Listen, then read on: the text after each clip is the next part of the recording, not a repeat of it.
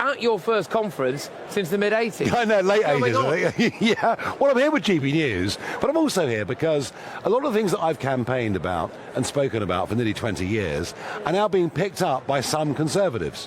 What Suella Braverman said in her speech to the UN, I've been saying that for years and getting abused, so at least some of it's leaching into the mainstream, albeit, I suspect, she's still a minority in her own party. But, Patrick, you put your finger on it. The elephant in the room here is immigration. And this is not just stopping the boats, it's legal net migration. It is the massive population rise that's going on. And I've been out here for the last 5 or 6 hours talking to party members and MPs and others, and they all know that exploding population means a housing crisis, you can't get a GP appointment, the roads are more blocked than ever, and nobody on that stage even wants to talk about. Oh, too scared. Of what? Of winning an election? Oh, being called nasty things by their mates in central London. You know, and the Times editorial might be nasty to them. The Guardian might be beastly. The BBC might be even worse than they could be. Never underestimate the cowardice of people in elected politics and the desire to be part of a herd and the feeling that being in a herd gives you protection. Well, you know, I would have thought, just having walked around here, talking to ordinary people, Conservative Party members, for goodness sake, I mean, they know what Conservative Party members by and large want, and they do want controls to legal immigration, and they want to stop the boats. And yet they're scared, do you think, to go on stage and say that? They've been scared for years. To an audience full of people who would stand up and applaud. Yeah, but it is the social unacceptability of saying these things. And what's really interesting, in 13 years of Conservative government, the centre of gravity on these debates has shifted so far to the left, it's almost unbelievable. I mean, there were things that David Blunkett was saying as Home Secretary 20 years ago that would now be called with the BBC far right. Yeah. That is how far to the left we've gone. But it also reflects that the type of people in politics. Most of the MPs here are literally career politicians. It'll be the same next week at the Labour conference. They're in it for a career, not for the change they can bring or the conviction that they hold. And so the disconnect between the party and the active membership is huge. Well, and we saw that, didn't we? Lord Cruddas last night came out and gave a barnstorming speech straight off the traps, teeing off, where he openly said that people should not be donating to the Conservative Party. They should be donating to the CDO, which is, you know, a membership grassroots organisation. That appears to be open warfare within the Conservative Party between, dare I say it, people who maybe are more closely politically aligned to you and, well, people in charge. Oh, look, it's open warfare here. It's open warfare on HS2, it's open warfare on net zero, it's open warfare on migration, it's open warfare on Brexit. That hasn't gone away. And what we need to do with Brexit. It's open warfare on every single issue you can see, differing wings of the party. You know, Liz Truss's group this morning with their Trumpian-type slogans, the One Nation lot with Damien Green and the others. They're horribly split. But even those of a more conservative perspective, perfectly clear, Suella and Priti don't like each other very much. No. They're all over the place. Right, now look, I heard you being interviewed earlier just in front of this stand. And I think they were asking you some questions. Are you coming back into politics or all of that stuff? But what you said was, just listen to me.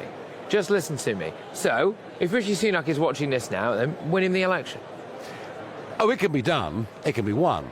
I mean, honestly, nobody outside the Conservative Party made a bigger contribution towards their 80-seat majority than I did. And I say that not wanting to appear big-headed or arrogant. I turned the Conservative Party from an anti-leave the EU to a pro-Brexit party. They may not have meant it, but that's what they said. I shifted that party almost single-handedly to a position that gave them an 80-seat majority. I've got a better sense of where the centre ground of majority public opinion is than virtually everybody, Rishi, in your party. So I know you're listening to me now, or beginning to, on net zero and other issues, but you've got to go one hell of a lot further than you've gone. You've got to convince people in your speech on Wednesday that you are the real deal, not just making reactive moves in response to opinion polls. It's a heck of a big ask. Can it be done? Well, stranger things have happened in history. Do you think you will ever rejoin the Conservative Party? I can't see it, Patrick. I think they're gone. I think they'd have you now, I think. Oh, if you ask this lot, you know, the delegates, who they'd vote for, I could become leader. But I'm not sure leadership would ever let me in. No, I mean, it would be fascinating. I mean, just from a journalistic point of view, it would be a fascinating thing to watch unfold. I mean, that would be, it would be tremendous. But the middle upper class, white, overprivileged snobs who've never had a proper job in their lives would never want me in the party. Do you think we've got a bigger disconnect than ever, Nigel, between the way that GB News looks at the world potentially, and the way that, you know, Twitter, you mentioned some snobs there, you know, potentially other media outlets. A little bit later on in the show, I've got a clip from Priti Patel, I've also got a clip from Liz Truss talking about GB News. You know, you talk about the disconnect between maybe the grassroots of the party and the Conservative Party, but what about the disconnect between, you know, us and maybe the media? Well, yeah, I mean, of course, what you've seen over last week, and I was away last week, very good week to be away from GB News, whilst all the trouble was kicking off. But I mean, the Adam Boltons, we must be shut down. The Today programme, interviewing our chief executive as if it was Nuremberg. Yeah. I mean, the way the whole thing's been dealt with has been unbelievable. And I've been here before.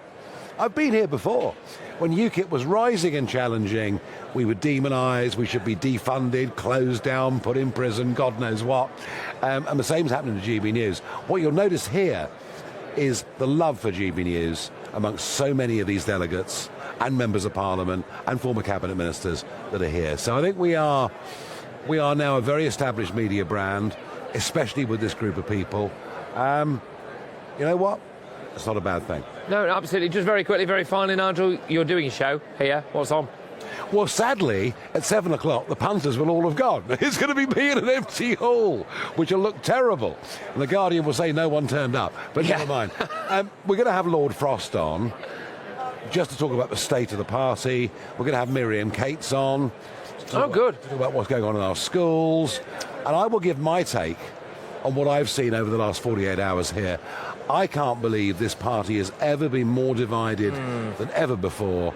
They're headed for defeat, but the real debate and battle that's going on here is what comes next. What comes next? It's interesting you say they're headed for defeat, because I'm going to be having a little conversation later on. I don't disagree with you at all about how divided this party is. I think it's a depressing thing for British politics in general that they are not necessarily heading for defeat, because what does that say about the alternative? Well, you're right. I mean, you know, many would say that Labour aren't very inspiring, but it's still going to be defeat. Yeah.